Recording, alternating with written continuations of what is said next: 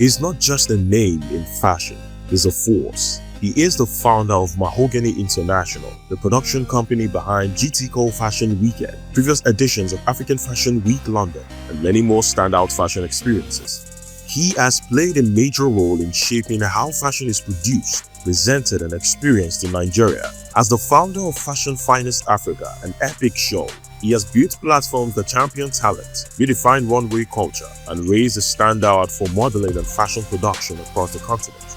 Known to many as the Gen Z Papi, he brings style, excellence, and authority in one. Ladies and gentlemen, Sola Oyebade, aka Mr. Mahogany on CreativiTea with Linda. Hello everybody, welcome once again to another edition of CreativiTea, the show where we get to sip tea and then spill some tea. Our guests today, this man is not just existing in fashion, he's the one shaping the culture around it. He calls himself Mr. Mahogany, or I think I heard somewhere the Gen Z Papi. He owns Mahogany models, I think so, and then Mahogany International, and through that he's been doing a whole lot of work. He's been behind the African Fashion Week London, African Fashion Week Nigeria, Music Meets Runway, and of course the popular GT Fashion Weekend. So he's been doing a whole lot in the fashion industry, and I'm so glad that he's here today to give us the tea on how to become a force to reckon with in the creative industry in general, not just fashion. Ladies and gentlemen, please help me welcome Mr. Mahogany, no, let me call you a full government name, Mr. Sola Oyebade. Woo! Thank you. Hi, Linda. How you doing? I'm fine. Nice to finally meet you in person. Same here. I've heard so much about your work. I've heard about every single thing that you do. And I'm so glad you're here today. Sorry, can my head take... Can this room take my head? It's swelling now. Oh, my God. How are you now? I'm very well, thank you. I'm great. I'm great to see you. I think we'll have to go back to the beginning. Okay. Before we started talking, you said you don't speak Yoruba and you are Yoruba. Where were you born? I was born in the UK. I spent my formative years there because I didn't come to Nigeria till about 1977. Then I was about 15. And I went to Maryland Comprehensive. I did about 2-3 years there, secondary school. Then I went back to the UK to go and do my A-levels. Okay. Then I came back from the UK to do my university. I went to Unilag. Oh, so really? in a very quick nutshell, that's how... So you did secondary school in Nigeria and university, or part of secondary school in Nigeria? My first 3 years, it was in the UK, secondary school, then another 3 years in Nigeria. Nice. Your parents, were they in UK or in Nigeria? They were in the UK. As well? I was here by myself. Can you imagine? Are you serious? They sent me back here by myself. It was very traumatic. To a boarding school? No, it was day school. I stayed with... with friends, let's put it like that. I stayed with friends when I got back. Okay. Yeah. Okay, good. What about your brothers, sisters? Well, my sister was in the UK. She stayed in the UK throughout. I come from an extended family. So I think there's about can you imagine?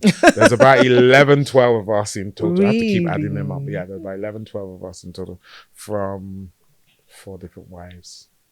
Yes, so it's quite extended from that perspective, but it's just my sister and I from same mother, same father. Oh, interesting. You guys must be very close. She's passed. Oh, so it's just you now from your mom. Yeah. Oh, wow, sorry about that. That's okay. Good thing you have a lot of people in your family, so at least you have a support system. Okay, so was there anything in your childhood that actually pushed you towards fashion? I think if I'm looking at my story, it started from Nigeria when I came to Maryland Secondary Comprehensive School, because it was a mixed school, and in Lagos at the time there were not that many mixed schools, so male and female. And during that time, and I got back, they say there was these things called Literary and Debating Society.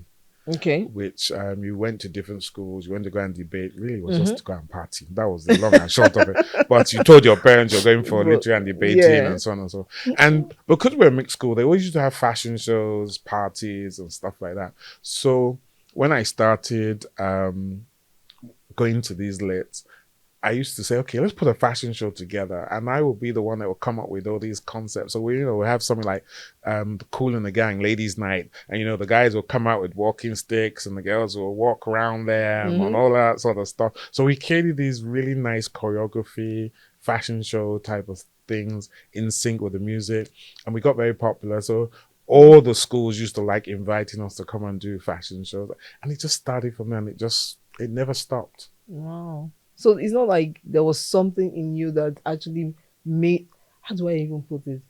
How did you discover this, your talent for fashion? I don't know. I think it just happened naturally. Naturally. I mean, the fashion part of it, I think that was a tag on.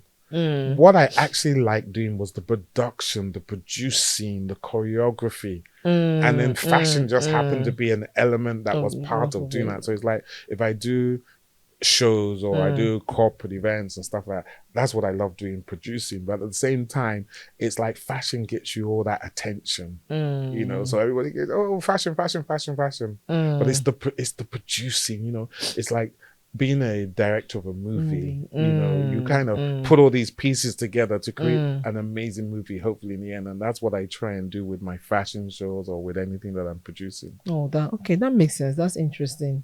So far so good. You've been doing it for how many years now? Well, if you look at saying I started in 1977, you're looking at around about what? I can't even add up anymore. But it's about 40 something years. Wow. Yeah. So it's quite a while. Yes. Wow.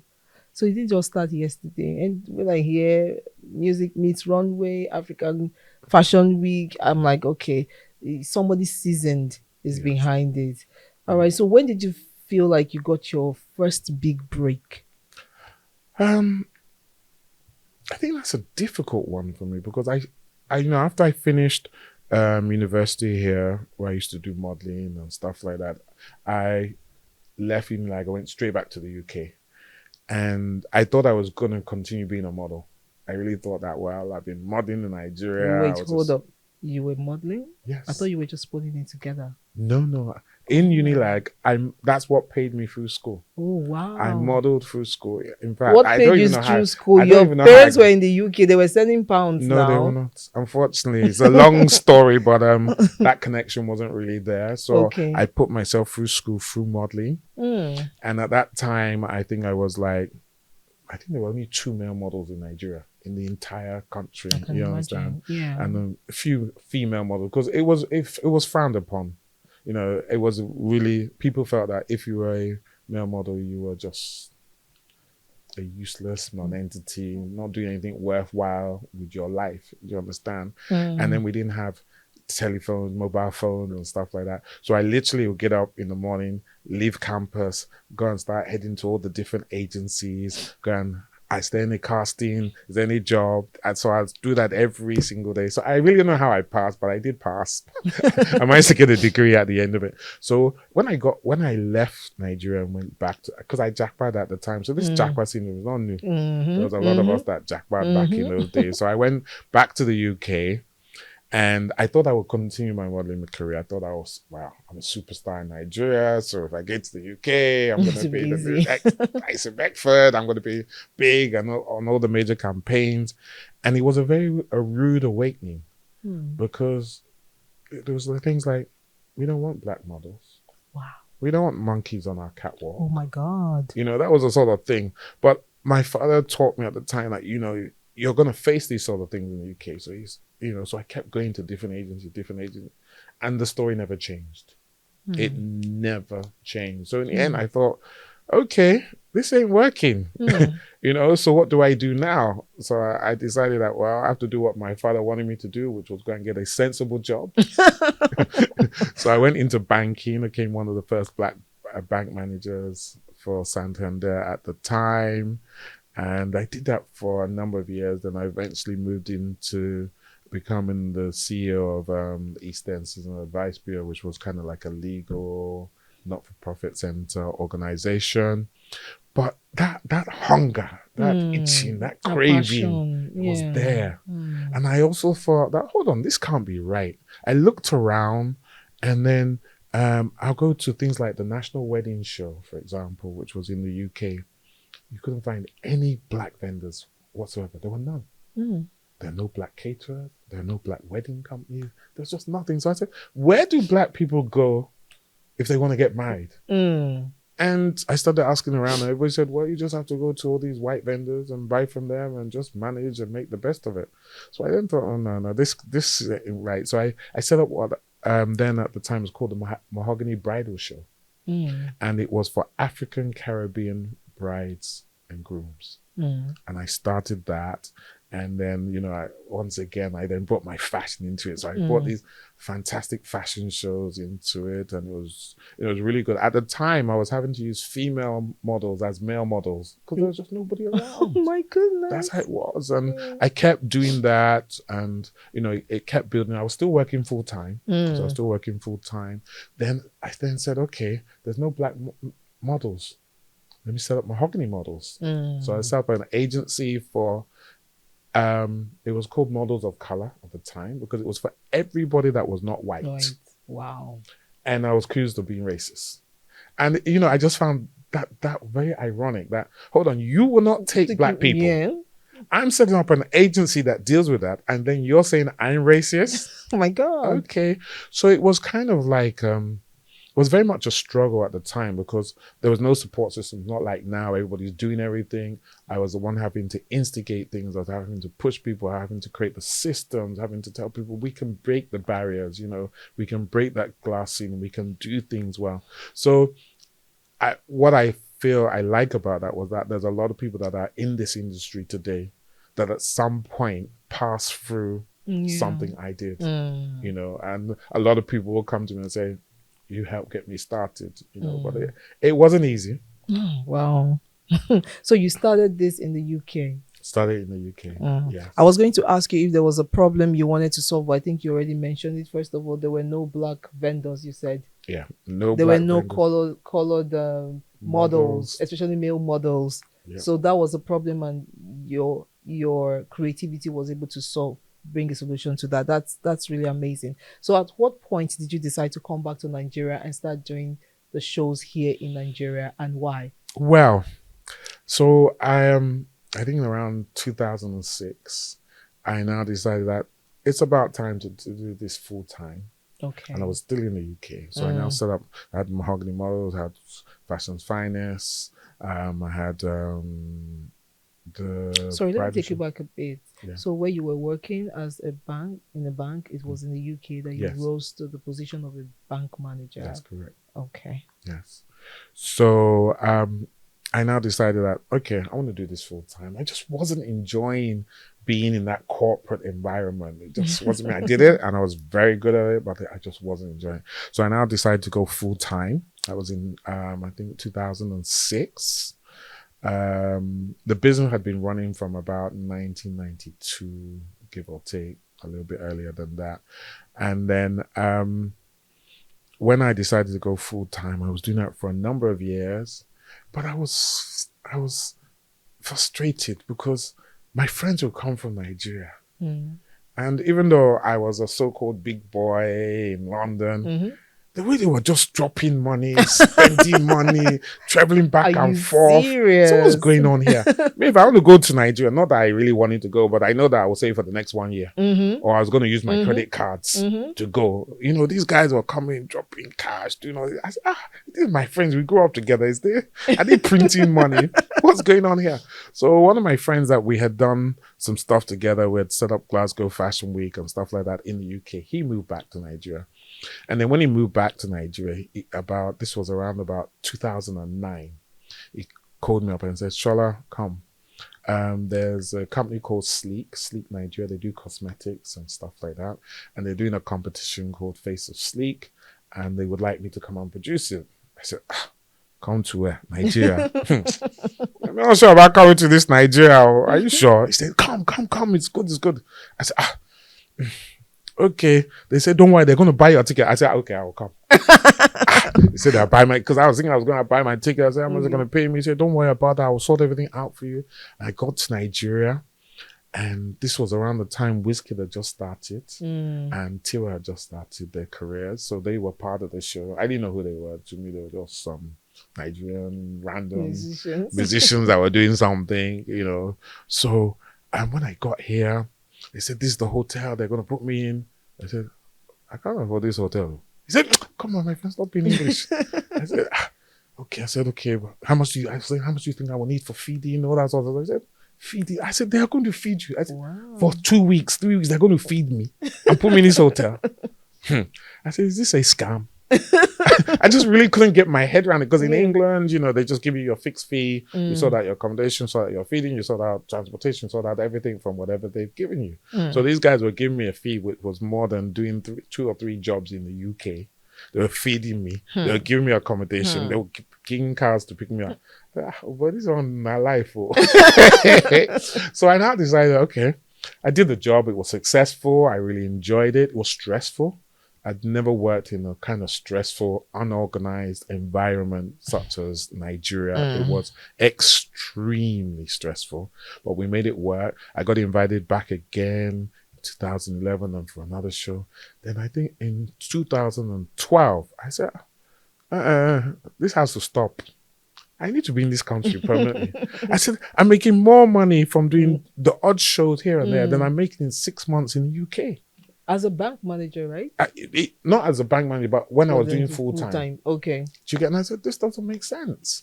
So I now started planning towards coming to Nigeria. And I finally moved back at the beginning of 2013. And I've been here ever since. Wow. That's a very interesting story. Nigerians know they carry last.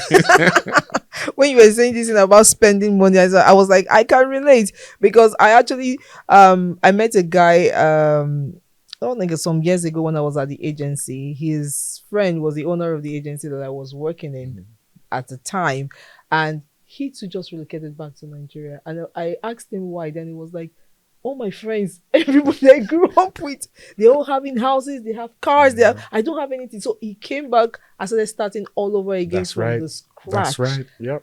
And then if you ask him to advise people whether to go abroad or not, he'll be like, don't go. Don't go. And I do exactly the same thing. I do exactly the same thing. But people still travel every day. They do because it's like they feel that the streets are paved with gold. It's not till they get there. And then once you get locked into that system, you can't get out. It's very difficult to get out. There's lots of people that I know that are my friends that are still there. They want to come back, but they cannot get out of the system. So they're just literally locked into it. And they look at people like us and they envy us. And so I say, well, you could have come, but you didn't want to come. Oh, wow. GT Fashion Show, it's like a big deal in Nigeria. And you are the one putting it together till now, right? Yes, that's correct. How did you get in contact with GT Bank? How did they give you this proposal? How did the idea come about? Was it your idea? How did it all start? Well, it's an interesting story. There's bits I'm gonna have to leave out for commercial reasons. Let's just leave it like that. But when I got back, I was doing things like Africa Fashion Week, Fashion Finest UK and stuff like that. And I didn't realize that I had been on their radar. So when GT decided that they were now going to do their own show, I was invited in for a meeting, myself and the founder of Africa Fashion Week London. And they said they wanted to do their own show. And at the time, I sat down and I said to them, well, it's nice that you want to do your own show, but looking at who you are and what you do, you shouldn't be trying to do a fashion week. It's not relevant to you. That there's something that we do abroad called Fashion Weekends, which is a weekend of shopping. And then you can do a fashion show attached to it. And they loved the idea, absolutely loved the idea. And that's how we came up with GTCO Fashion Weekend. Because if you look at it, 80% of it is actually shopping. There's stores, there's over 100 people that are there selling different things within the fashion industry. And then we have fashion shows on the Saturday night and on the Sunday night. And then they do the master classes. So it makes it it's like a complete ecosystem of everything you need within the fashion industry. And we started it. The first year I spent an enormous amount of time talking them through how it works, how casting are done. You know, we traveled around Africa looking for models, went to places like Senegal, Ethiopia, South Sudan, you know, different countries looking for models that they were going to, because they GT really wanted it to have an African feel to it. Okay. It wasn't just about being Nigerian. So they felt that by bringing these different models from different parts of Nigeria was going to give them that, from different parts of Africa was going to give them that feel, as well as having international designers and African designers combined with Nigerian designers. So it was interesting, but I had done it before for other shows.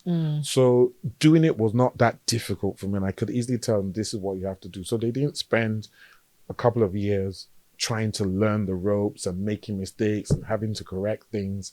It was literally, it worked from day one. And I think from our very first year, instantly we got credibility, success, recognized as being one of the biggest and best fashion shows or fashion events in Africa. And that was because you were involved and you got the right team together to put it right. That's what I would say. Yes. What And I else would you say?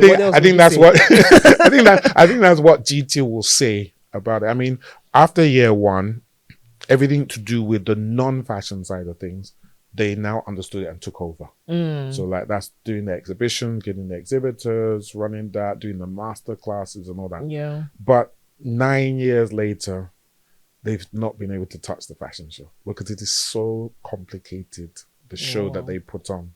We have approximately 12 to 14 designers over 2 days.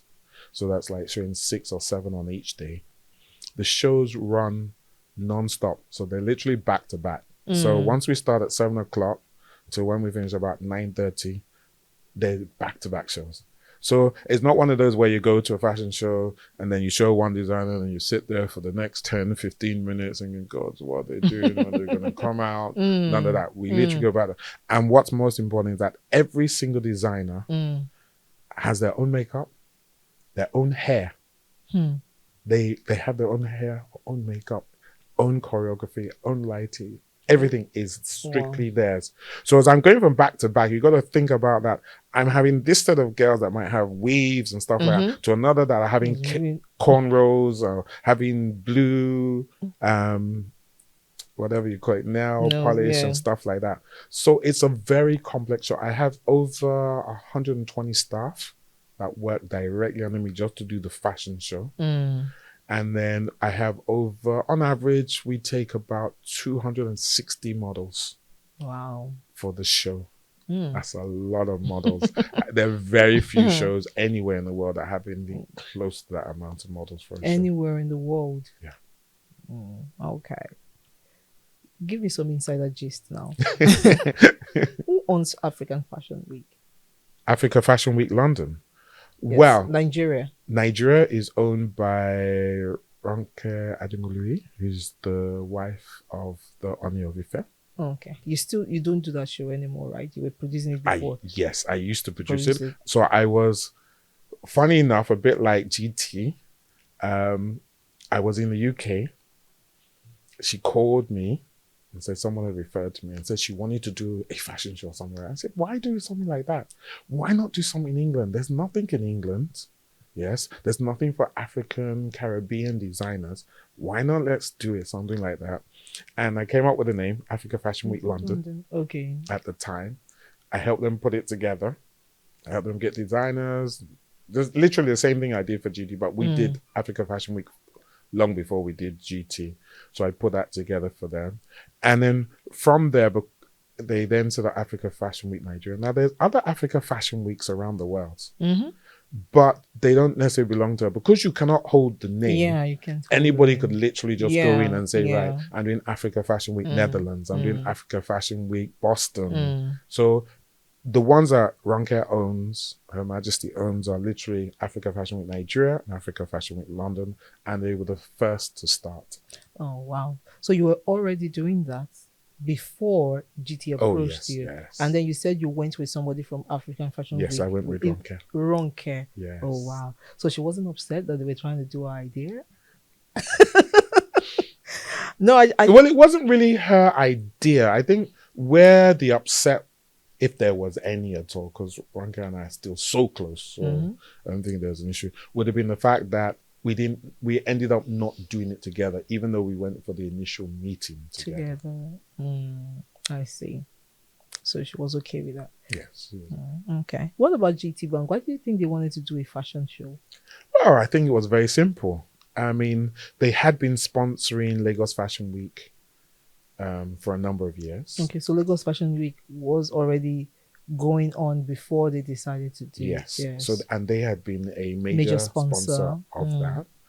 Then, I mean, I've got to give a lot of credit to their CEO, Mr. Segun Agbaje, because I feel that he had a vision. He recognized that the population of Nigeria was exceedingly young. Exceedingly young. And what did he said? Said, listen, what do young people want? They want food, they want fashion, and they want music. Those are the three things that they love most. So he said, right, okay, I'm going to do fashion. Because if I can get them to come to my events, the likelihood is that they will also open my accounts. And if they open accounts with me, I'm going to keep them as they grow. Eventually, they're going to become CEOs. They're going to become owners of business. They're going to become all those things. And where would they be? They'd be in GT. And if you look at GT and what he's done, particularly among the young people, if young people have 2 accounts, at least one is a GT. So that means he got it right. He did. I wanted to know that. That's why I asked you that question. So it's actually from him. Yeah. So he had a foresight. He knew where he was going with it, and I think they did absolutely amazingly well. And no other brand has been able to do what they're doing. They've tried, yeah, and they've not succeeded.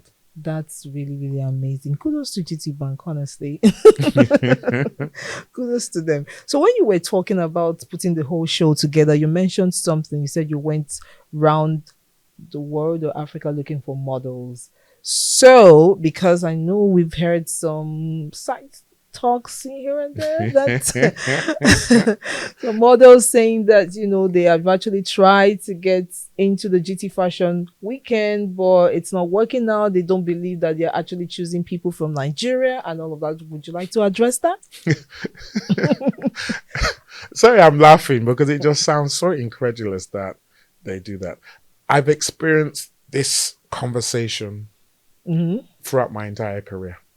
It doesn't matter whether I'm doing Africa Fashion Week London, whether I'm doing Fashion Finance Africa, whether I'm doing GTCO, whether I'm doing Gambia Fashion Week, whatever shows I've done it, models have always complained that they're not being taken. So let me break it down for you like this. Okay. In the fashion industry, the first thing first is that there is a set of criteria that you first need to meet as a model. All right. It's like, if I want to be a footballer, I cannot be a footballer and be playing for Arsenal or Man United with a big pot belly and I don't know how to kick a ball properly. It's not going to happen. Yeah. Okay. So designers move their clothes from country to country or from show to show. They can't keep recreating clothes specifically for specific models and so on and so forth. So there's an industry standard. Industry standard tends to be for UK dress size. They want sizes from a size 4, 6 up to maybe 10. Okay. Minimum height now is 5'9". All right. So that's the minimum criteria. Then you've got to be able to walk. You've got to look good. You've got to have good skin. You've got to be able to carry the clothes well. You've got to be able to take instructions. All those things are then considered. All right. Yeah. Then, as I am, beauty is in the eye of the beholder. Of course. All right. Somebody can look at me and say, oh, Sola, you're handsome. Another young lady could look at me and say, my God, you're the ugliest man I've ever met in my life. That's what, and fashion is like that. Yeah. There's no one size fits all. Yeah. So those are the initial criteria. So models come for casting. Everybody that's 5'8" is not getting to the show. Oh, they don't like me. They don't like me. They don't like me. And they all lie about their heights. So we have a medical height measuring system that we put them on. They say, see your height. So when you say you're 5'9" and you're really 5'7", seriously? So that's the first thing. The second thing is that I have designers that have come to me, they give me their criteria. So they said, all right, I want sizes 4s, I want sizes 6, I want dark skin models, I don't want many light skin models, or I want models with more hips, or I want models with more bust, whatever it is. I've already got the criteria before we go into the casting. All right. So I already got an idea of the type of models that I need to get to make sure I can give the designers what they want. Because imagine now we're going to do this casting because the designers are not here when they do the casting for GT. We're going to do the casting. I picked 200 and something models, and all the designers say that's not what they were looking for. The brand looks bad. Yeah. I look bad. Foreigners will now come and say, I went to Nigeria, look at how they behave, typical African country, they don't know what they're doing, and so on and so forth. So that's the first. So that's the second thing. So we're thinking about what the designers want when we're looking at the models that come to come. Now, to break it down, finally, this is what I'm going to say. I have, on average, for GT, on average, we have 2,000 to 3,000 models that apply. 2,000 to 3,000 models that apply. I need, let's even say 200 models. Let's just say, for the sake of argument, 200 models. That's 10%. That means 90% are not going to make it. So it means people are going to be rejected. So how does it mean that the remaining 2,000, 1,800 models that didn't get in, it's because we don't like them. It's because we're never going to pick them. It's because we already know who we want. It's a law of, it's a numbers game.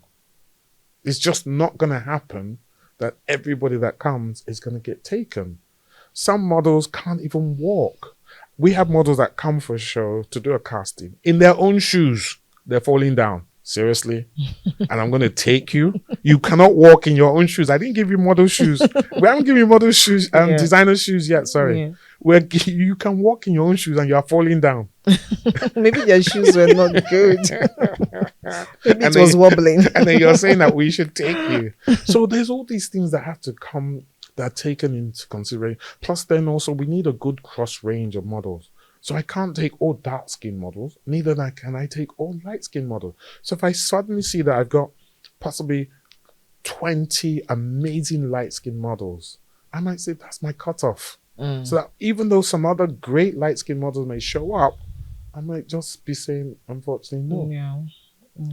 That is it. And I always say this, in the modeling industry, the more no's you get, the more successful you'll be. Really? Yes, because it means that for you to get lots of no's means you're going to lots of castings. Eventually you get successful. So if you go to one casting, you get one no. That's it. But if you go to 5 castings, get 3 no's, that's 2 shows you're doing. Are you not starting to become successful? So the more no's you get, the more successful you'll be. Interesting. So that is the issue around models. No matter what I say, I mean, they've said all kinds of things to me. I mean, people have said that if you don't have something to do with me, you can't be in the show. Really? All kinds of things. They have tried everything with me. There's nothing they have not said about me. And I say, okay, if you have the evidence, just bring it. I said, only one person. Just bring one girl that will say that she has had something to do with me to get into the show. And GT, because they're a brand as well, they're very, very concerned about their reputation. So they have the final say in the models. My job is to advise. They make the decision. So they are also involved in the creative 100%. process? Oh, yes. Oh, wow. They choose all the designers. They choose all the models. They have the final say about which models do the show or not. But the thing is, because I'm on the panel, and because people know that's what I do, and because people that are not in the industry don't like saying no, I'm the one that always had to say, sorry, we're not taking you. Thank you for coming. So it looks as if it is me that made the decision. But I'm turning to the GT person saying, yes, no. You say no. Okay. Sorry. Thank you for coming. They make the decision. And it's always been like, besides the first year, after the first year, once they started to understand it, I sit on the panel, but they make the decision. Wow. And right down to the foreign models, I don't even have a say in that. That goes straight to a guy at the top and his team, and they decide which of the foreign models that are coming in. They give them to me, and I take over from there. Yeah, so that means they also have fair knowledge of the fashion industry and what. Yes. Oh wow. So like, you can't come to GG and say, oh, I've got this great designer that I want to put into the show. They won't listen to you. I do not know the designers that are doing the show until they've all been finalized. They've done all their contract, done everything. Then they now say, Sola, we're handing over to you. That's the first time that I will know whoever they've picked. Interesting. I didn't know they were that involved. I thought 100%. the agency just does everything. That's you just really? That's what a lot of people don't understand. They are totally 100% involved. It's their brand. Oh, I actually have more respect for them now. They should even say these things so that we know. Which means that for the show to be that successful up till now, it's like a joint effort between your company and them. So that's amazing. How much does it take to put a show together? I don't know how much they spend, but I can tell you I estimate it's a lot of money. Like how much? We fly in people. No, give me a ball figure. It's gonna be a lot of money. I don't know because they've never shown me the figures. But I'm sure you have an idea. It's a lot of money. Let's put it like that. They're finding people from different parts of the world. They're accommodating them. You're taking on 250 plus models. You're paying them. You're feeding them. The models are housed for just over 10 days, and they're fed 3 times a day. You understand? Wow. Plus, they're giving their fees. So plus all the communication that they have to do around it, advert and everything. I'd like to have a conversation with them too. Because it's a whole lot of money going into this and it's an investment. I'd like to know how it is converting. I know it's converting because GT Bank has been they're still number one. Yeah, and they're still doing it's getting great. Bigger and bigger every single year. Yes. So and they should. I don't think you do those kind of things if it's not giving you returns. Yes, you wouldn't want to continue. No, yes, it wouldn't make sense. So that's great. That's great to know. Okay, so moving on, since you don't want to tell us how much. Linda wants to get me fired. I thought she was my friend. So what mistakes would you say that models and designers make when they're trying to break into the industry? Well, for me, that's such an easy question to answer because I think that particularly in Nigeria, models believe that they put on a pair of shoes, they're a model. Designers believe that if they can make one dress and a friend likes it, they're a designer. It's not. They don't go to school to go and learn. And that's what frustrates me. The amount of what I call Instagram designers that are out there nowadays is just, and that's part of the reason why you have this, what I gave them and what I got. Which if you're professionally trained, what you gave them, what you got are the same. Because they know what to do. They know about pattern cutting. They know about illustrations. They know all those things that go into it. They've been taught and they understand the business side of it as well. What I find crazy when I do a lot of work with designers in particular, trying to tell them about the business side of things. And I say to them, how do you assess your profit? If I tell you that 60% of people assess their profit as being, I bought material for 10,000. I sold the outfit for 12,000. I made 2,000 naira profit. Are you drunk? Are you high? Because what about your diesel costs? What about your rent? What about your own costs? What about accessories? What about your time? What about marketing?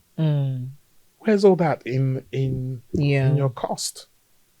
Oh, I didn't think about that, but I paid for that separately. No, that's all part of it. All part of it. So they need to learn that side of things.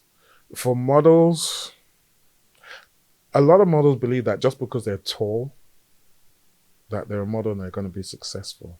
There's a lot more that goes into it. I can look at somebody and say, oh, she's going to be a good model. And I can look at somebody else and say, yeah, you might be 5'10", you might be slim. I will never use you on my show. Never. It's just not going to happen because you don't have it. There's some people that, a lot of what we see in fashion is very subliminal. What I mean is you look at a model walking, you think, that dress looks amazing. It's not, the dress is good, don't get me wrong.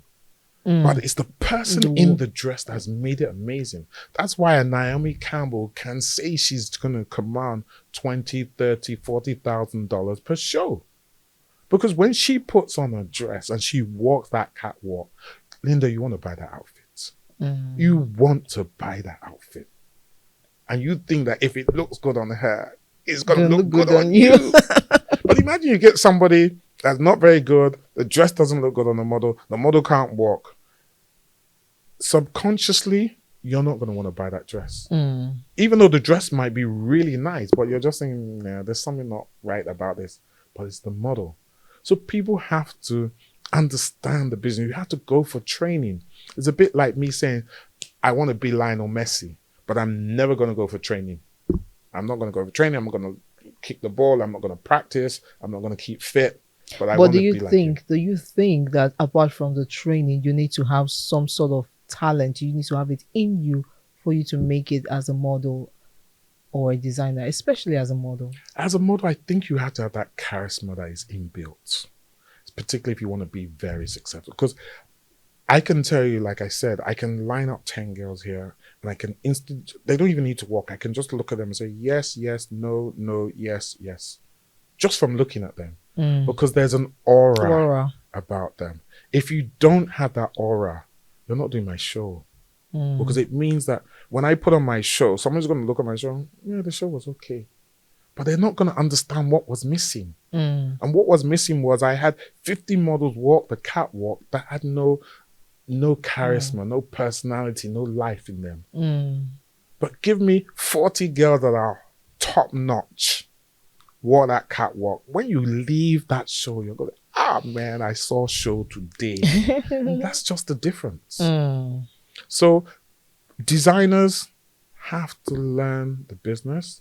They have to go and get professionally trained. They can't just keep saying, because they learned it on the internet or they find one local tailor. That's part of the reason why a lot of them have problems. Because the moment their good tailor leaves, their business starts to fall down and flounder and stuff like that. So that's my bugbear for both models and designers. Do you have a favorite designer in Nigeria? Yes, I like Mac Africa. This is what I'm wearing today. Oh, nice. I find these clothes very, for me, funny enough, I'm not actually a fashion person. I cannot design.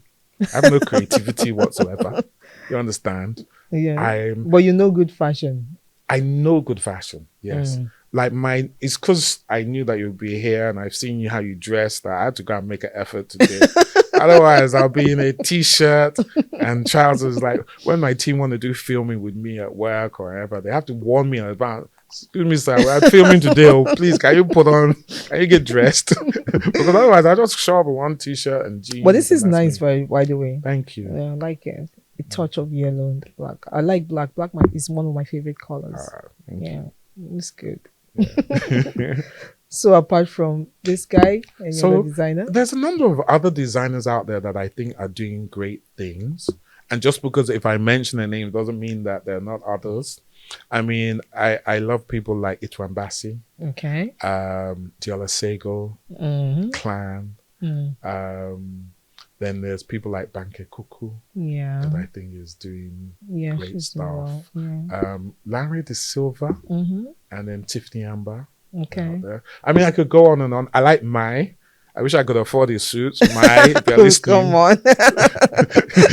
No, but Mai, I think for menswear. Then there's Jason Porsche that do. I've got a few of his jackets.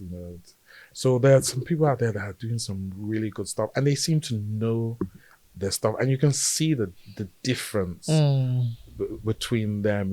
Ejiro, Mr. Fury is another person. These are people that went to school.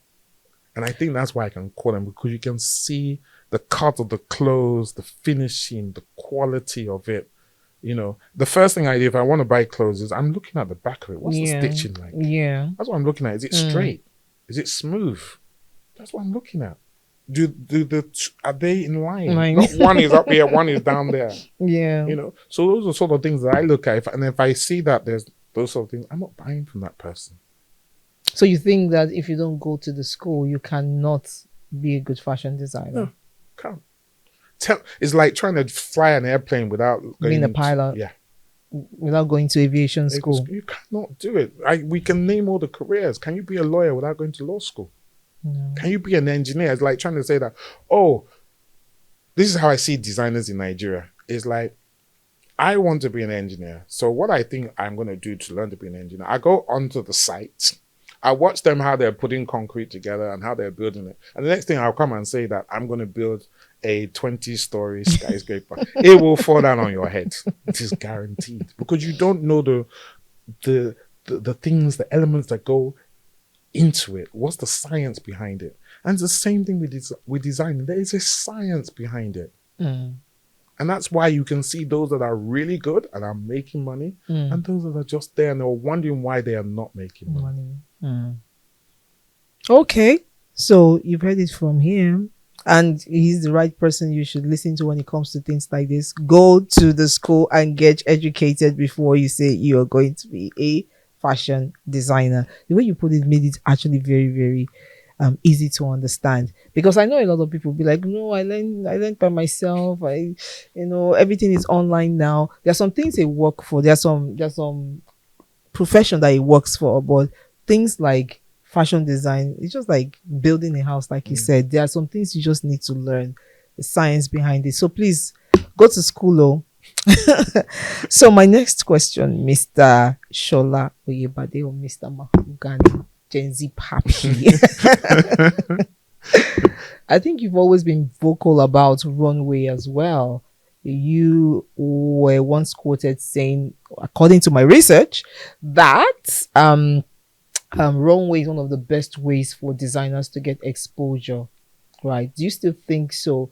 Do you still think it's better than, for example, social media? Definitely. And why I'm going to say why I think it's better, let's look at examples. Why is London, Paris, New York, Milan Fashion Week still so popular? Why is everybody killing themselves to get into those shows? Why are there still fashion weeks around the world, from Tokyo to Australia to Lagos to Nairobi to South Africa? We have Instagram. Why are they not all done and said, oh, well, since there's social media, let's just move over to social media? Because there's something about it. Yes, people can buy from online and stuff like that. But at the end of the day, I bet your greatest joy when you go shopping is walking into the shop and touching the material, feeling it on your body and thinking, it looks good. When you're looking at mirrors, okay, yes, Linda, you're on point. There's a difference. And that's what fashion shows do. When you go to a fashion show, whether as a buyer or as a guest or as press, you can see how the material flows. When the model walks, does it flow? Does it shimmer? Does it hang well? You can't get that from looking at a picture on social media. Which is one of the reasons why the return rate for fashion designers that sell online is extremely high. Extremely high. Much higher than if you went into a shop to buy it. And that's simply because when you get there, I'm not feeling the material. It doesn't really fit well. When you go shopping, I bet 9 times out of 10, you always try on something. Of course. You're not just going to say, just give me a size 12, pack it and go. It's just not going to happen, because you yourself also know that sometimes that size 12 may not fit me, or the material looks nice, but when it gets onto me, it just doesn't seem, something about it is wrong. Yeah. So runway sells the clothes. It's also one of the greatest mediums for publicity that you can get, far better than how would I put it, than social media. And I explained that. Are you sure it has a wider reach than social media, or maybe for the industry? Like For it's one. the industry, it's not about trying to get to. You see, in Nigeria, for example, and still a number of African countries, exclude maybe Kenya and South Africa, fashion weeks are for individuals. Everywhere else in the world, fashion weeks are for trade. Oh. Yes, you might see Milan that have a great front row. Yes, and maybe a great second row. Same with New York. But outside of that, everybody else is trade. You cannot just say, hey, give me an invitation and they send it out. No, it doesn't work like that. It's buyers, press, it's those sort of people, because they are the people that are going to buy. They're the people that are going to recommend what are the next trends. And you have to remember, outside of Nigeria, it's mass production that is important. When Armani puts something on the catwalk, for example, yes, the buyer comes in and says, look, that outfit worn by that model, I like it. However, make it a little bit shorter, make it a little bit this, make it a little bit that. Can you do that for me? Armani says yes. They then tweak that. Then they come back and say, okay, give me 10,000 pieces of that shirt. Yeah. I want 10,000 for New York. I want 10,000 for Hong Kong. I want 10,000 for Singapore. That's where they're making our money. But in Nigeria, it's an individual thing. Yeah. A fashion designer comes and somebody says, oh, I like that outfit. One person comes and buys it. Maybe two if you're lucky. And that's the difference. We don't do trade shows. Even the big, all the shows in Nigeria are not trade shows. None of them. They're individual shows. So outside of it, it is phenomenal. That's where most designers get close to about 80% of their orders for the next year. And that's why you see that the same designers do the same fashion weeks year after year after year after year. You don't spend that kind of money. I mean, they say to do a show in London during London Fashion Week, which is still one of the smaller fashion weeks in the world, is going to cost you a minimum of £50,000. And it's not about money. Yeah. So Nigerians that have money can't just come and say, here's 50,000 and do You it. still won't get in. You've got to have been featured in at least 2 to 3 top rated magazines. You must be stocked in at least 3 to 5 top shops before you can do it. So not just anybody that comes in and says, hey, I've got to do London Fashion Week. It doesn't work like that. Why? Because they want to be sure you can sell. They want to be sure that you're going to keep the brand going. London Fashion Week has to be out there. Because you don't want buyers that are coming and saying, which kind? Are you wasting my time? Yeah. I've taken how many days off from the office to come and sit here to watch shows and look at the quality of what you're giving me. They stop coming. What happens to your fashion week? That's it. It goes down the drain. So how do we get there in Nigeria? How do we get to that trade show level? Until we start doing mass production, it's going to take a while. And we don't do mass production. We don't, yeah. We don't do ready to wear. I hear designers say they do ready to wear. They don't do ready to wear. They make 3 or 4 of the same outfit, but that's not ready to wear. Ready to wear is making 1,000, 10,000 pieces of a size 10, 20,000 pieces of a size 12, and getting it out there. And with our population, that's what we should be doing. We should be doing ready to wear because we've got the population. But why are we not doing it? Why do you think? Well, we don't have the manufacturing outlets to do it. And sadly, we don't have the income. If you look at... they say we spend more now. How come we don't have the income? It's a small percentage. It's the 1% of the 1% that do that. I saw some statistics recently which stated that something like 60% of young people under the age of 25 earn 100,000 and below or don't have a job. 60%. Now compare that to the UK where people can get their £200 a week, can go into a Primark or wherever and buy, some t-shirts or a dress or a bag or whatever, and can do that every single week. We can't do that here. That's one of the reasons why the thrift industry is one of the biggest in the world in Nigeria. That's true. So these are the issues you face. I mean, I want to go and do mass production. Who's going to buy the clothes? Then we have our own cultural mentality, which is like, please, how can I come and wear something that everybody else is wearing? But they wear it if it's from abroad, though. Thank you. They all go to Shane or what the other one called? No, it's not even Temu. Primark, they go to Primark, they go to Topshop, all those There's this other one that copies. What do you even think about this? All those kind of places. ASOS is even good. Is it Nova or so? It starts with an N. Nova Fashion Nova. Yeah, okay. I've heard stuff that when people go on fashion shows like this and then copy maybe a designer outfit and they mass produce. So the designer is spending years putting his things together, goes on the runway, showcases, and then the next day they have like 10,000 of those outfits on Fashion Nova. What do you think about that?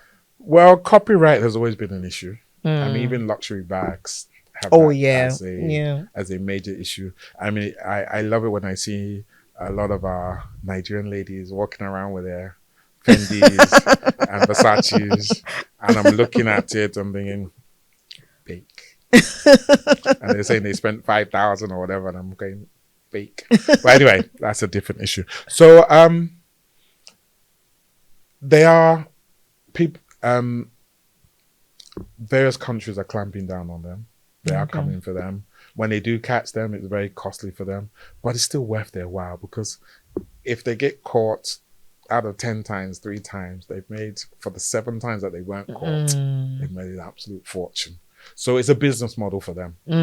They actually know that they're going to get caught. Yeah. But it's a numbers game. So they do it. Not good. It's not good for, imagine you're doing this amazing show here now. Imagine somebody else comes, copies your name, copies your format, and puts it out there. How are you going to feel? Very bad. You're going to feel bad about it. They're going to want to hopefully try and do everything you can to stop them. And it's the same thing with designers. I mean, in New York has a police force which is literally just set up to catch fake goods and stuff like that, But there's a particular country we need to deal with that. If they deal with them... Why don't you want to mention the country? I don't know what you're allowed to say, what you're not allowed to say. Okay, great. Okay, another question about runway now. In recent times, we've seen influencers, celebrities, and the likes flood the runway. What do you think about that? Do you think it's watering down the art, or do you think it's helping it? I think you can tell from my facial expression. I'm on your show, so I have to be diplomatic. No, it's okay. I'm not allowed to swear either, but it irritates my soul. Really? It irritates my soul. But the big designers are doing it. Yeah, because they want, clickbait. They want clout. It's cheap clout for no reason. I don't see the point of it. It doesn't progress you as a brand. I don't think it does anything for you, except you get onto social media and they will say, we saw it's because of the reach. But it doesn't do anything for you. But anyway, in Nigeria, maybe because if we see a so-and-so wearing this dress, then maybe we might want to go out and buy it and so on and so forth. But we're still not mass producing, so I still don't see what the benefit is. But let me tell you what my biggest problem is with them. Okay. If they were doing rehearsals, okay, I wouldn't have a problem with that. But they do not do rehearsals. And that is the problem. They don't do rehearsals. You give them a call time, they show up late. You tell them, okay, want to do a fitting. They say, please, I'm not ready yet. I'll do it when I'm ready. This, and that. They're coming with an attitude. They spoil the atmosphere backstage. Mm. And this is a lot of them. Mm. A lot of them. Unfortunately, I just don't want to name the name, but there's a lot of them. And it's a horrible thing. If you're going to agree to do it, then do it properly. Yeah. We saw Tammy do it for $10. do it What's for that a show. L'Oreal, yeah. She posted her behind the scenes rehearsal video. She had to go to rehearsals. She was not allowed to just show up on the catwalk and walk. No country outside of Nigeria will allow you to do that. Then why do we allow it in Nigeria? Because we're too scared to talk to them. That's one of the reasons why celebrities won't come and do my show. Because if you don't come for rehearsals, if I agree for you to do my show, you don't come, I will bounce you. I don't care who you are. You're not going to come and spoil my show. You're not going to come and give my staff and everybody a headache because you're a celebrity. Stick to what you are. If you're a movies person, go and stick to movies. Go and cause stress on your own movie set or on your concert or whatever. But don't come to my environment, which is my livelihood, and come and be coming with an attitude and screaming and shouting at people, not refusing to do rehearsals, say I'm tired, coming late, all that sort of stuff. It's so unprofessional. Yeah. Just do not do it. It's as simple as that.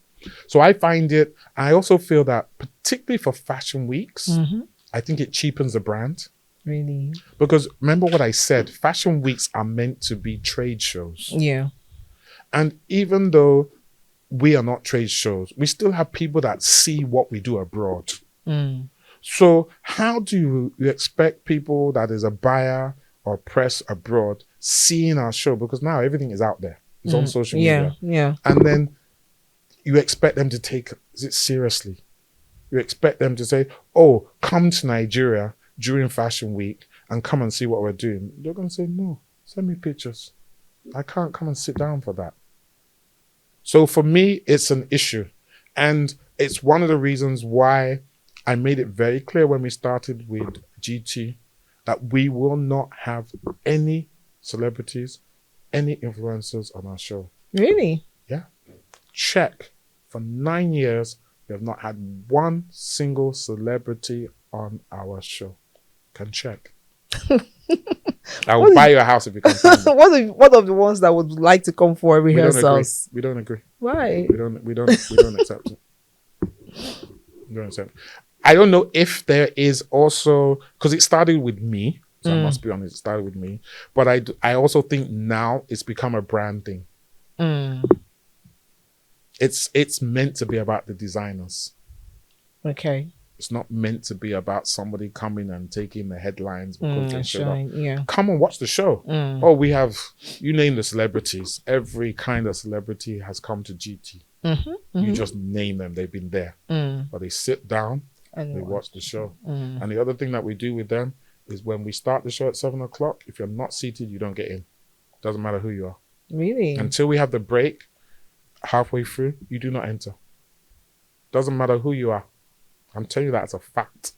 They do not enter. So because of that, we have created that professionalism around our show, that people respect the show. People talk about the show because they know that there's certain things that are going to be done at a certain level. People come from abroad. When we first started, we had all these designers we were bringing from abroad, and they came with attitude. They came with like, because it's Nigeria. What is this? What are you people going to do? Yeah. I'm explaining a bad show, a crap show. But anyway, I suppose I agreed to come, so I'll just make the best. They come in with attitude, tell me what they can do, what they can't do, whatever.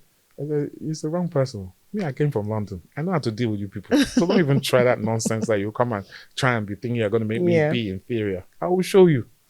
And I do show them. So, and that's a great thing about, slight aside, that's a great thing about GT. The moment they hand me over to the designers, they don't get involved. Oh, nice. Whatever I say to designers, they back me out 100%. Nice. I keep them in copy of everything. If it's going to be really bad, I get sent. I'll call them first and say, look, this is what I want to do. Are you going to support me? If they say they will not support me, then I will find another method. If they shall go ahead. So like last year, we had a number of designers that came and said, oh, they've got different influencers that need to walk the show. The GT has agreed, GT has this. I said, on my show, it's not going to happen. They said, no, it must happen. Hey, my father is this, my uncle is that, my brother is this, my sister is that, my mother is this. I said, it's not going to happen. I'm going to go GT. No problem. Did they walk the show? No. Not one single influencer or celebrity walked the show. And it's not about me having an ego or whatever. It's about what I discussed earlier. Yeah. It's about the show. If you're going to come, can you be professional? Will you show up on time? Will you do what? Are you going to put in the hours? When we do rehearsals, you know how we're there for 10 days doing rehearsals, fittings and rehearsals. Our models are working sometimes to 2, 3 a.m. in the morning and are back up again at 7 a.m. in the morning to start again. Which celebrity is going to do that? We have choreography.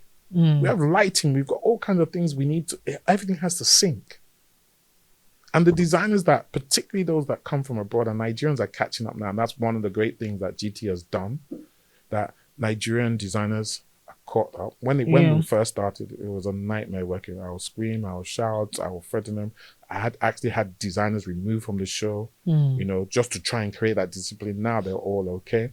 But, you know, the designers that come from abroad, Mr. Sola, I don't want that. No, that model cannot walk in my show. They can't walk. They're not doing the rehearsals properly. Look how she's carrying my clothes. Pull her from the show. So they don't take that kind of nonsense. So is a celebrity going to be ready for that? Where they think they're somebody superstar and then the next thing somebody comes and says, no, I don't want that person walking in my show. I don't care who they are. And I've had designers that have come and said, no, I don't care who they are. And designers have come from abroad and said, oh, I want this person to walk the show. No. But I want this person to walk the show. No. And I'm always like that. There's no argument. It's just no. I would no.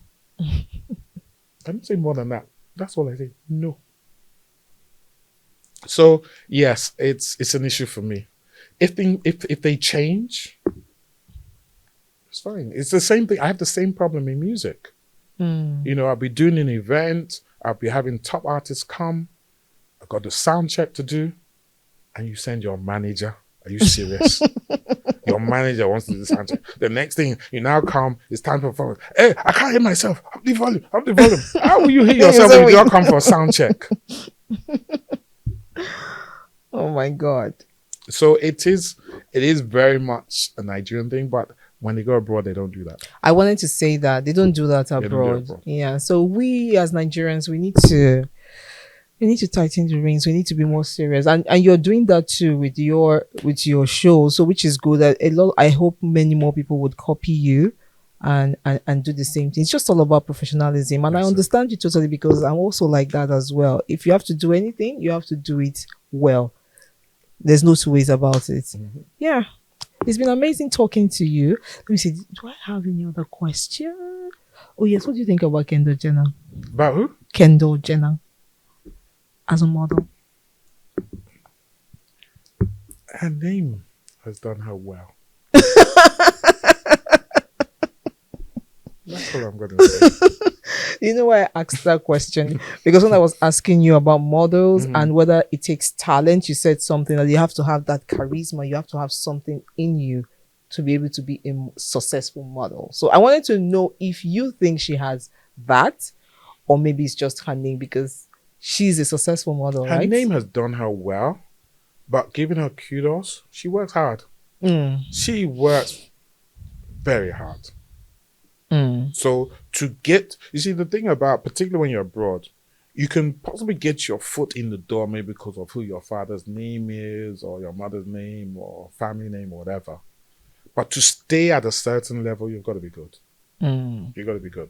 She sells because of who she is, but she still had to do the work to be able to sell. Yeah. Do you understand? So that's the difference with her being a celebrity.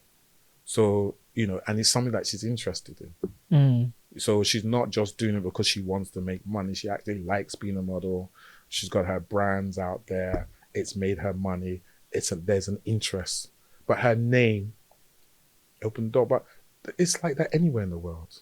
But you are not against celebrity models? Not at all. Okay. There's a number of celebrity models out there. And they can work on your show. Oh, yes. Oh, okay. But they will, their Of course. contracts that I will have with them will say X, Y, Z, and Z, and they meet it. So, because if I was to work with Kendall, the truth of the matter is, if I give her a call time of 8 o'clock, she'll be there at 8 o'clock. I can guarantee you that. Oh yeah, because she's a professional Yeah, model. She'll Yeah. be there at 8 o'clock. If I say in her contract it says she will do 6 hours of rehearsals, she will do 6 hours of rehearsals. Similar. And I think a lot of our Nigerian designers, models, artists have to understand this professionalism thing. If you look at somebody like Taylor Swift, you look at Beyonce, before they went on their concert tours, they did 6 months of rehearsals every single day. Kendrick Lamar, before he did Super Bowl, go and watch the videos. You see how many months of rehearsal. Even Samuel L. Jackson, Serena Williams, they were all there doing rehearsals for that show. Nigerians say, I will show up on the day. Freestyle it.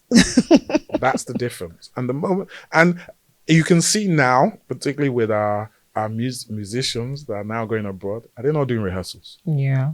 But when they come back to Nigeria, they'll send manager. We'll get there. Okay, it's been amazing speaking to you. Do you guys have questions? Of course you do. I want to say congratulations on everything you've done. You've been a role model for all. And also just your impact in the industry has been marvelous. I've been in the industry for a long time too as well. And the most interesting thing is I've also seen a lot of models struggle, but now with GT Fashion Week, it's more like a platform that had been there for most especially fashion and also modeling. But I can't still deny the fact that there's a lot of models out there that are still struggling, even though there's a platform, but it's still not, the reach is still not as much as, when you go international. You've been around the industry for a long time and even, help out with this platform. What do you think do you think is the models like challenge, their most important challenge, and how they can succeed? Aside from just focusing on GT Fashion Week alone. There should be other platforms, I guess, but then, independently, how can they succeed? I think our biggest problem is a commercial problem. And what I mean by that is that if I'm modeling abroad, I've got potentially 100 big brands that are doing advertising campaigns, TV campaigns that need fitting models and stuff like that. Just to give you an example of the difference in abroad to here, yeah? People that do runway earn the least amount of money compared to if you're a fitting model. What a fitting model is in the UK is that you just literally from 9 till 5 go into a shop, work with the buyers, and they just pin clothes on you every day. That's all they do. Pin clothes on you. And they make a lot of money. And those girls make a minimum of £1,000. Minimum, I'm saying. Wow. A day. Wow. A day. And that's all they do. They don't do anything else. You will not see them on a commercial, not see them in a magazine. All they do is stand there and just have clothes put on them. Then you got all the commercial models. You got face. There's people that just do face modeling, just do hand modeling, and they make silly amounts of money just from having good hands. Remember, who was it? Was it J-Lo or somebody who showed their legs? No, what's her name? Oh, what's this model's name? Remember. That's now on America's Got Talent and stuff like that. The German one. Heidi Klum. Yeah. She showed her legs Yeah. because that was her asset. So in Nigeria, we do not have enough commercialization. So really, most models feel that the only way into modeling is doing fashion shows. Yeah. And if you look at the fashion shows, we got roughly two seasons. So you've got between May and about June, July. Then you got the big boys that do between October to November. If I combine all those shows together, I might say there's about 15 to 20 shows. Only 2 of them will pay above 100,000 per show. And that 100,000 is not one day show. You're doing 2 to 3 days. and then you only got 2, so you can do the maths. Mm. Yeah. Outside of that, what other things are there? How many billboards are there being done? Yeah. How many TV adverts? And even if they get, do they even pay them well?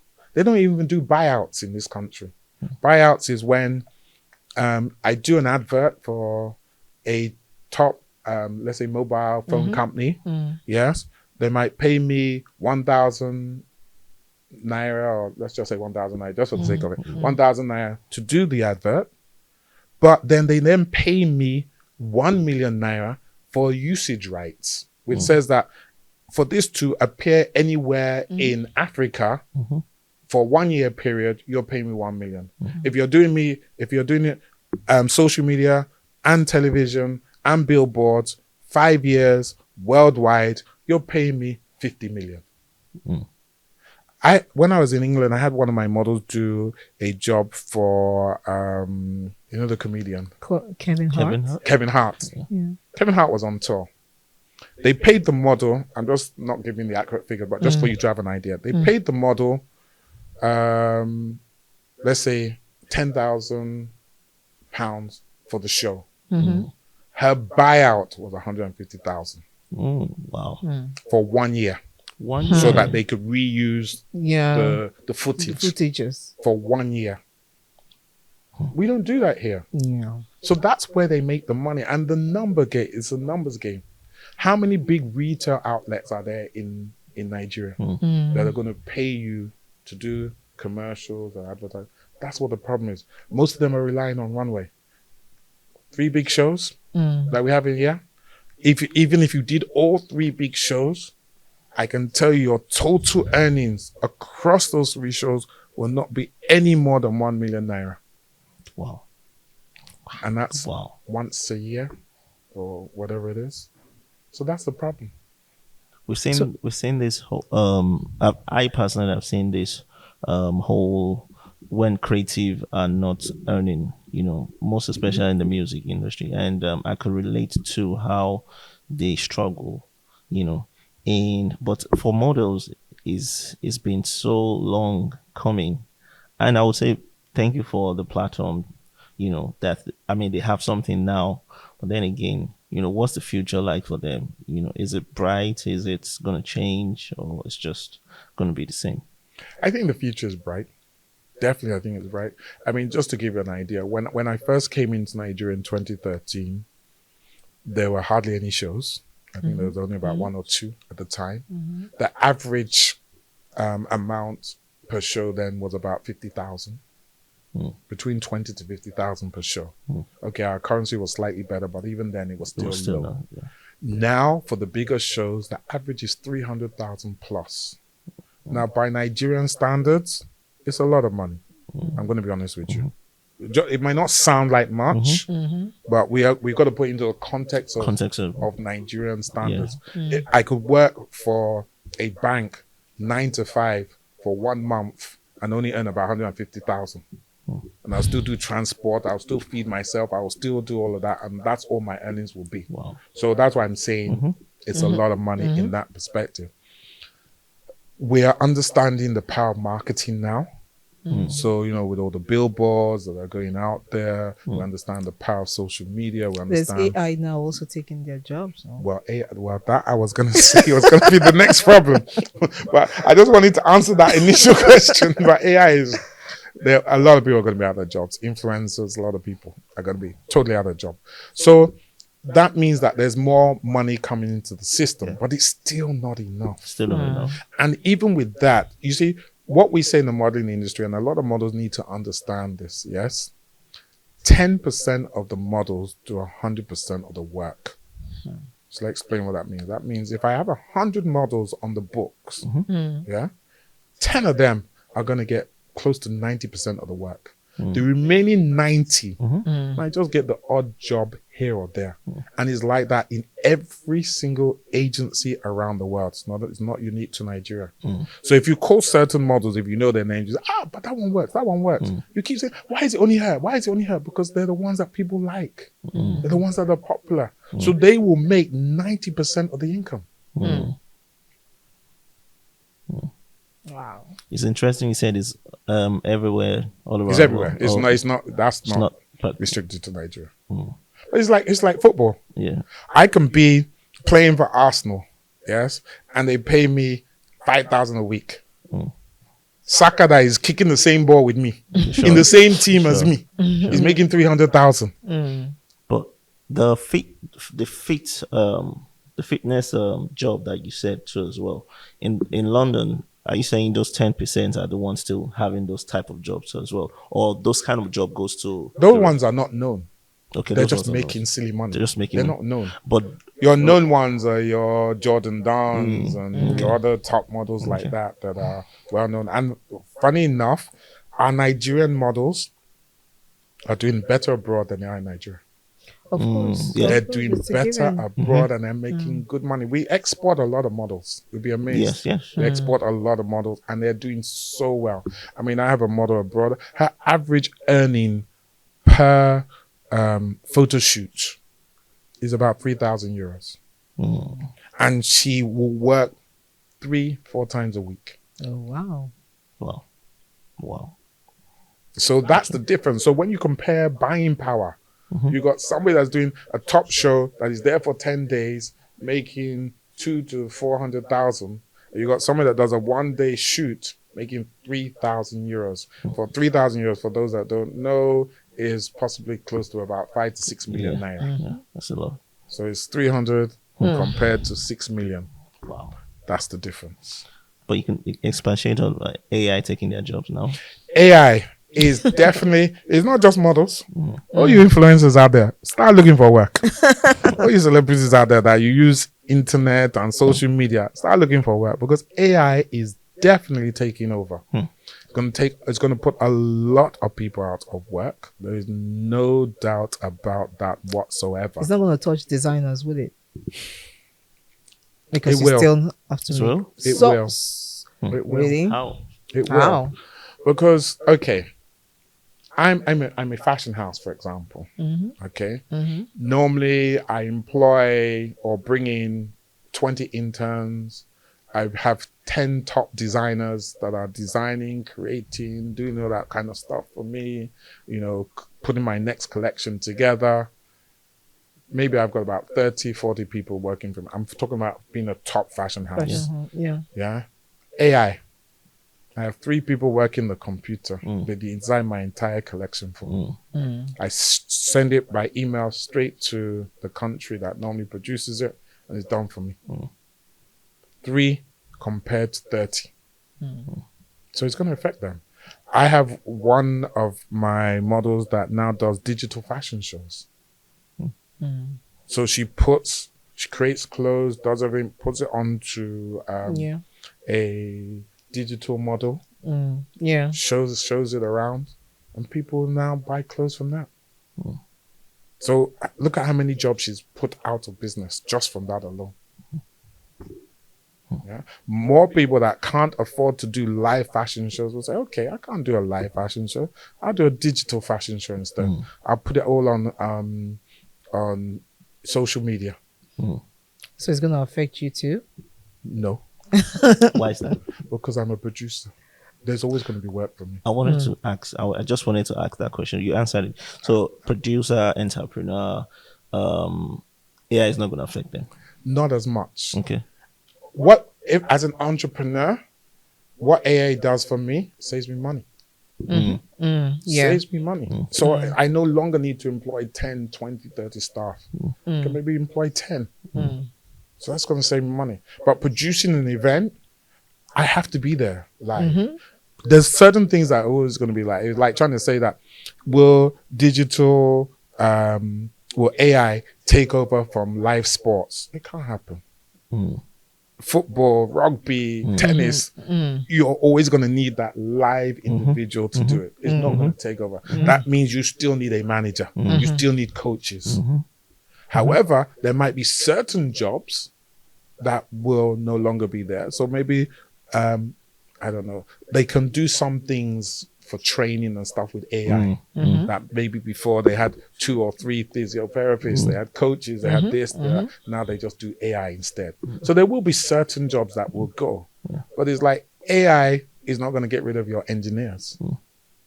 Do you get? Sure. It might cut them down, but it's not going to get rid of them because you still need someone to do the manual or mathematical calculation and check that everything's being done right. Sure. So it's not all jobs it's going to take. Sure. Yeah. But I'm totally sure about it. I've been telling my friends that do all this influence, go and look for another job or get into AI. It's one of the two. Sure. Because why should I go and pay a top influencer? Let's say I go to Linda now. Linda comes to me and says she's going to charge me 10 million to promote my brand. So that she then gets on Instagram and says, oh, come and buy this tea. It's amazing. It's the best tea you ever seen. And I pay her 10 million.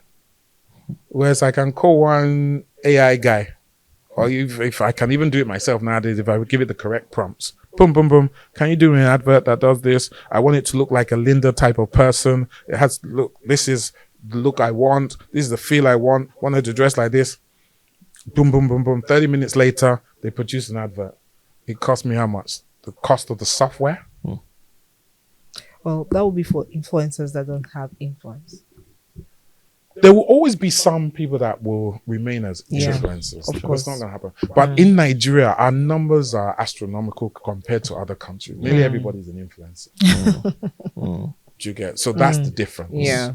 So there's going to be a certain, if a Kim Kardashian comes along, sorry, no matter what happens, you're not going to use AI to try and replace her. It's just not going to happen. Or Beyonce or Taylor Swift or Denzel Washington. You're not going to do that. But that average person that is doing it and that was making a little bit of money from doing it, they will slowly but surely disappear. Sure. So they have to get into AI now. Before it's or too late. build a name for themselves. Or Is it not too late to build? I'm just wondering, building a name now, it might be It's too late. late. It might be I too was late, going to say yeah. that it might be too late. okay. As a producer, would you learn AI yourself?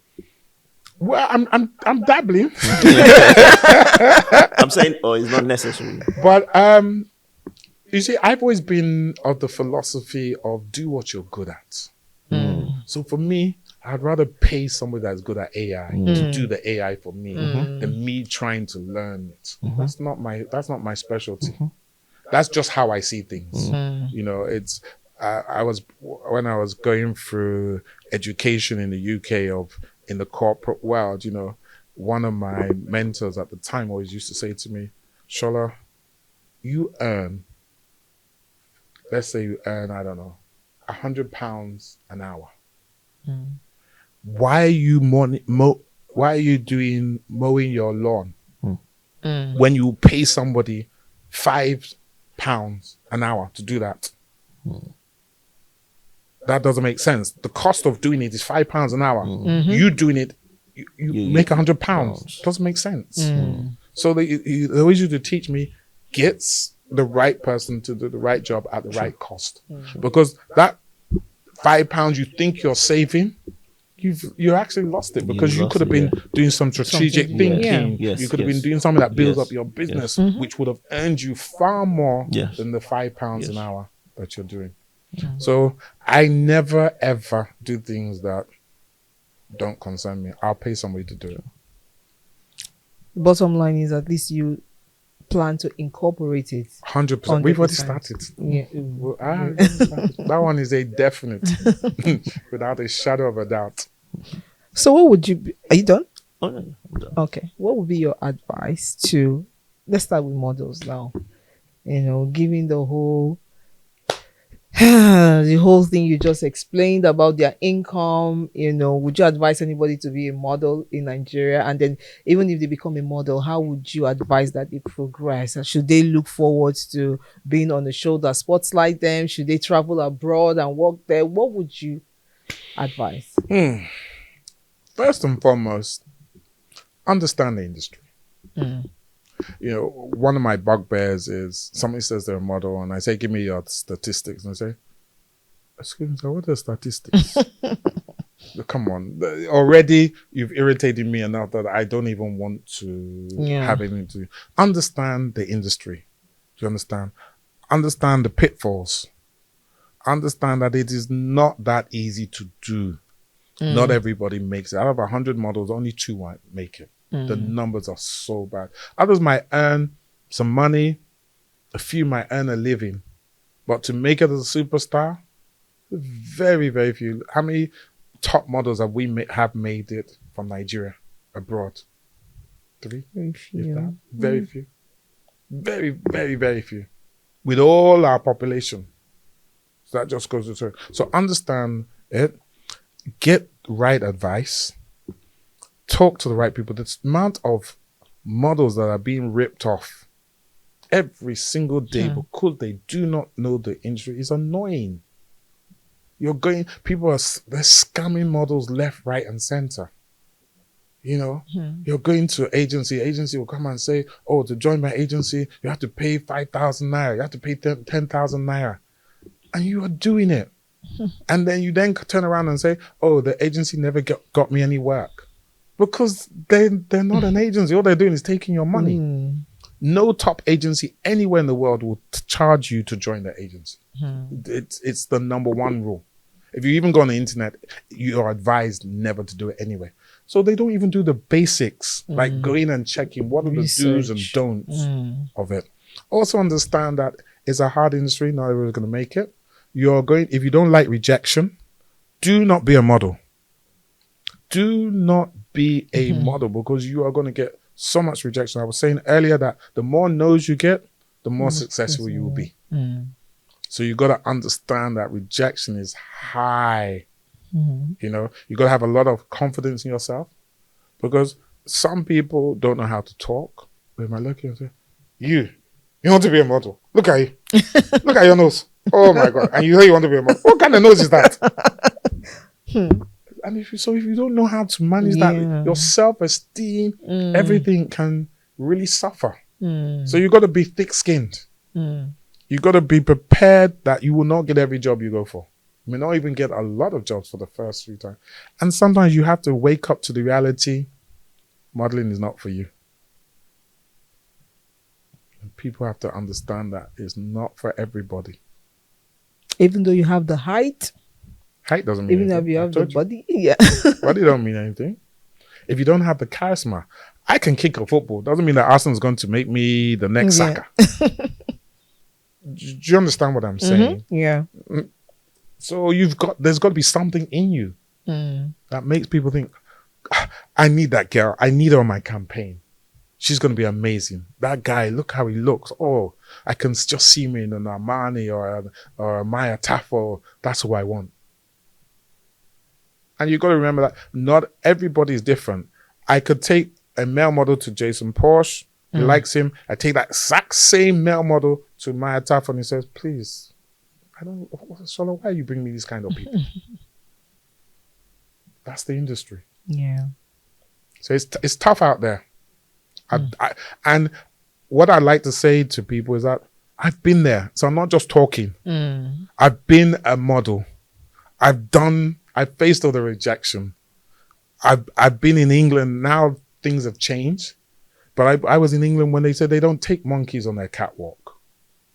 You know, that's the kind of thing that we had to face. I've been there when I've seen casting directors say to a black model, listen, you know the only thing you people are good for, and it's definitely not modeling, you know what I mean? What? Because they sexualize black females abroad.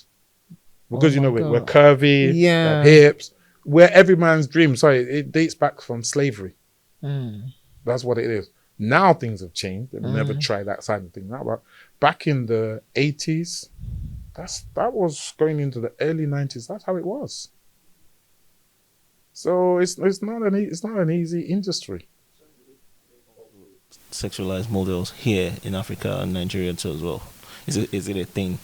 They used to, in the sense that to get anywhere, you most likely have to sleep with somebody to get there, to get a good job, and so on and so forth. However, that has changed considerably because there are more female owners now. Female owners of modeling agencies, female owners that are giving jobs, female owners that are fashion designers.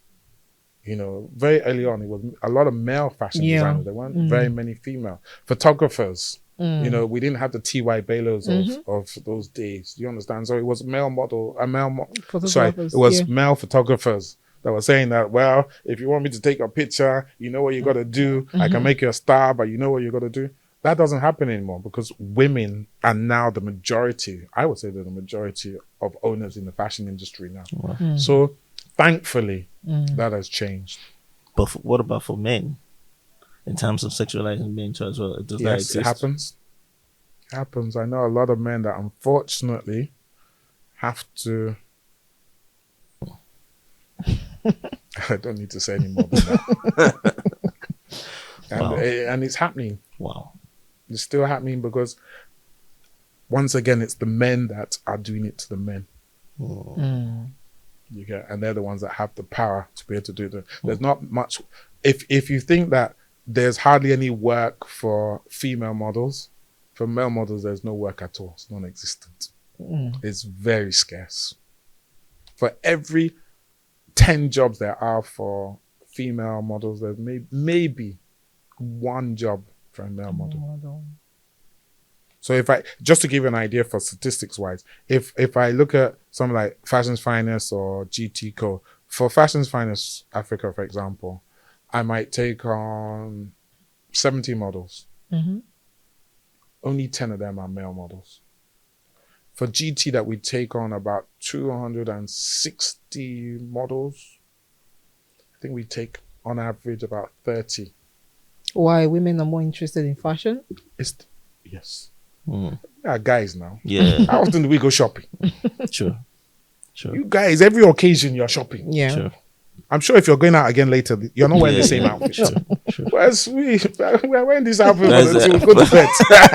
Well, okay. We'll go from one event to the other. Good. Good. Very good. You will not repeat. If you've worn something like this on TV, this outfit is not come back on this TV again. So you count how many shows you might do. That just tells you about how many outfits you have worn this year alone. Then you go to party. Cannot repeat. Events. No. So that's the difference. It's a massive difference. Even for men that are fashion designers that do for women, most men they do for women. They don't do for. Sure. Right. Even if you look at someone like a Maya Tafel, for example, he does male and female. Yeah, he does. Jason Porsche does male and female. Everybody knows that you cannot really rely just on men. You go bankrupt. Okay, so you were advising models. Now you can advise designers. Designers, stop being social media designers. Go and learn the business. Go to school. If you go to school, you learn the business, you are guaranteed to make money. I'm not saying you'll be super rich, but you're guaranteed to make money. And they've not seen any single Nigerian or African designer that has gone to school that is not doing well. Because you understand the business. You understand. Your wastage is reduced. Your costing is most likely right. You know how to market properly. You already know your target audience. So if you look at someone like Rough and Tumble, that does they do babies, children's wear and stuff like that. What are they now doing? They've now got themselves into the various schools. So Rough and Tumble now supply uniforms to what's this school now? The new one that just opened in Lekki. Charterhouse. Thanks. I love you.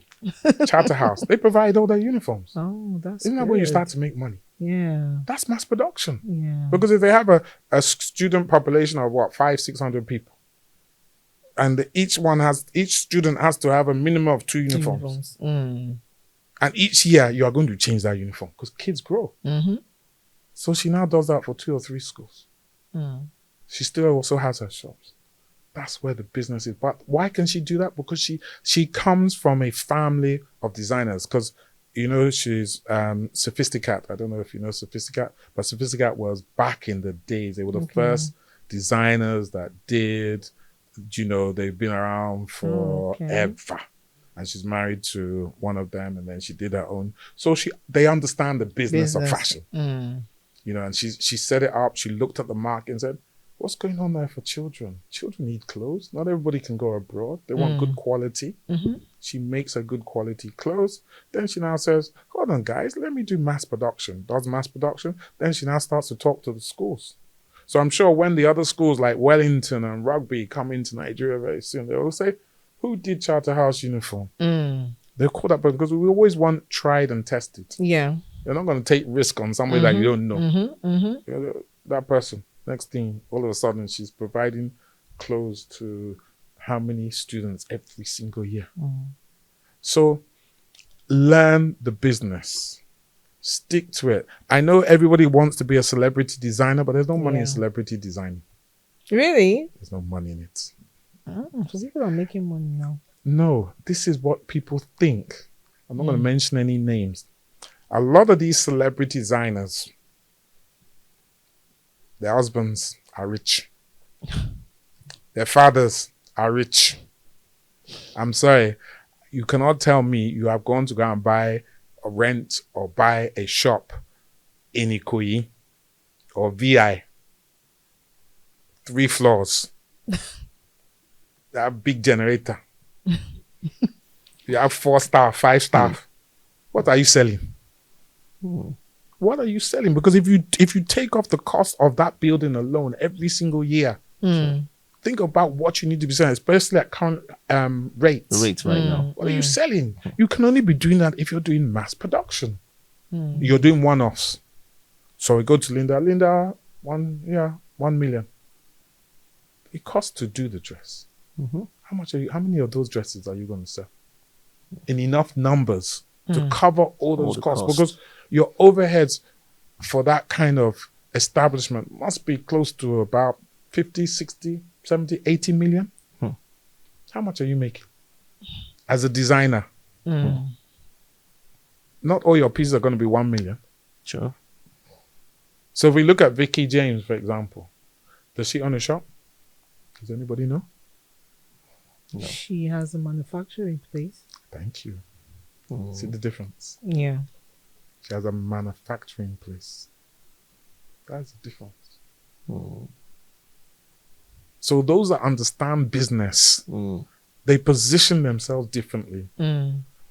If somebody comes to me now and says, Sola, here's 100 million. Do you know what kind of fashion show I would do? Hey, Tell me. In fact, we will be spinning on the moon. Nobody would ever seen that fashion show. But when I'm using my own money, please. Oh boy, we're not doing 50 models.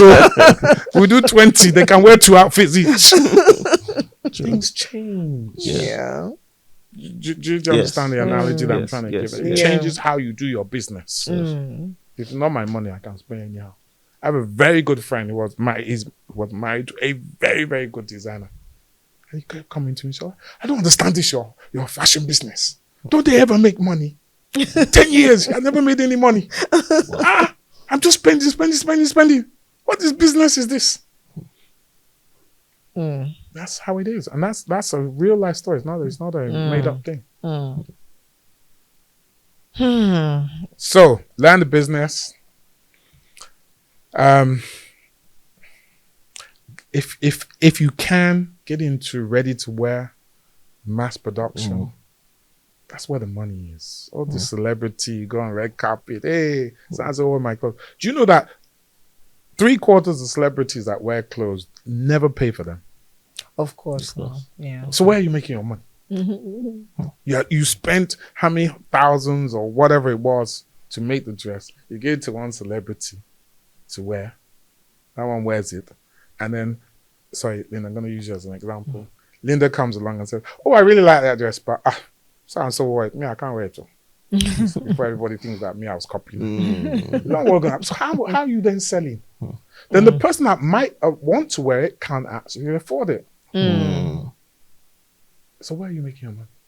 All you got was clickbait or clout or depth. Yeah. That's not how you run a business. You look at, I give a classic example, you look at someone like Armani. Yeah? Armani does celebrity outfits. Okay. They're celebrity, whether it's suits for men or it's dresses for women, They cost an absolute fortune. Sure. But what did they do? They said, hold on, yes, this is nice. Yes, it's making us money. It's established us. We've got a brand awareness. But that's not where the money is. So what did they do? They created Armani Exchange. So what they said is that all those people that can't afford those very expensive outfits, but still want to say they're wearing an Armani, we'll do a lower version of Armani, make it a lot cheaper and affordable, and our name is out there. Most people that you see even walking around Nigeria, even Europe and stuff, most of them are wearing Armani Exchange. Please don't leak their secrets. I think I've actually seen that in a movie. Yeah, what you just said, I've seen it in the movie. And I think in the movie, they were a bit skeptical about it, that it might spoil the name of the brand and all that, water it down. They went and all through that. a lot before they finally did it. Yeah. It's paid them off today. They're laughing all the way to the bank. Because if you walk, they have more shops for Armani Exchange now than they do for the main Armani.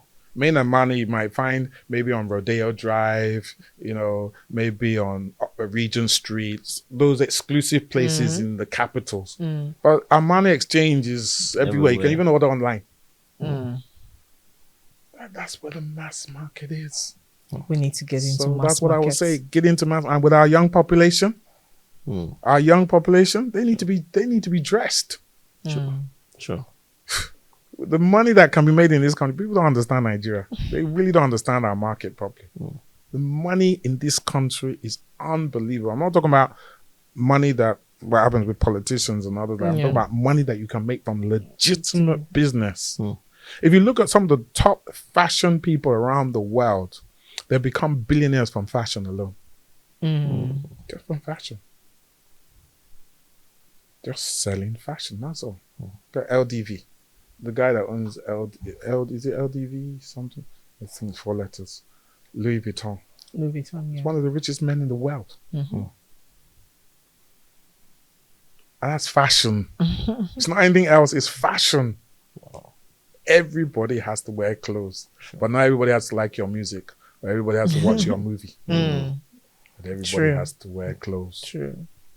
Finally, what's your advice for our fashion designers in Aba? In Aba? Yeah. Are they still there? Our Yeah. Aba fashion designers. Those are the ones that do the mass production you're talking They should about. keep now. going. Seriously, if any of them are looking for investors, please call me.